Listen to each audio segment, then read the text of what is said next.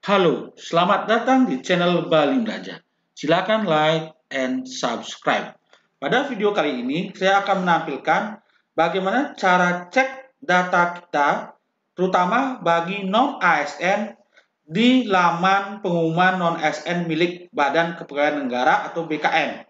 Nah, untuk teman-teman non-ASN yang bekerja di bidang lembaga pemerintahan, baik pemerintahan pusat maupun daerah, provinsi maupun kabupaten, berikut kami tampilkan bagaimana cara melihat data kita apakah sudah masuk atau didata oleh admin instansi kita dan terdata di BKN. Caranya adalah sebagai berikut. Yang pertama, Ibu Bapak silakan ketik ini. Ini ketik ya, karena ini adalah link resmi untuk melihat data tenaga non-ASN, yaitu pengumuman ya ini non-asn.bkn.co.id tanda miring pencarian atau slash pencarian. Nah, link ini akan kami berikan di bagian deskripsi video ini. Nah, bagaimana caranya? Caranya adalah setelah link ini diketik, ya seperti ini, pengumuman non-asn.bkn.co.id pencarian. Nah, ini diketik, nanti akan muncul tampilan seperti ini. Kemudian yang Ibu Bapak lakukan pertama adalah pilih instansi. Bisa instansi pemerintah pusat maupun daerah. Contohnya karena di sini pemerintah Bali, contohnya pemerintah provinsi Bali.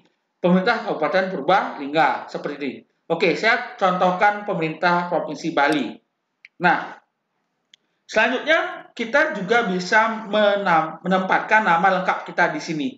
Namun, jika kita ingin mendapatkan informasi secara lengkap, kita klik aja tinggal cari. Nah, nanti akan muncul seluruh non-ASN yang bekerja di pemerintah Provinsi Bali seperti ini. Nah, kalau ingin kita mencari nama kita sendiri, contoh seperti ini, ya saya pakai yang ini, oke. Ini kita bisa ketik nama kita itu di sini, nama lengkap, karena ini sifatnya opsional. Ini diketik, nah, kemudian klik cari. Nah, nanti akan muncul info seperti ini. Ini berarti bahwa data kita itu sudah terdata atau tercatat di admin instansi kita. Demikian informasi yang kami bisa sampaikan. Silakan sebarkan informasi ini kepada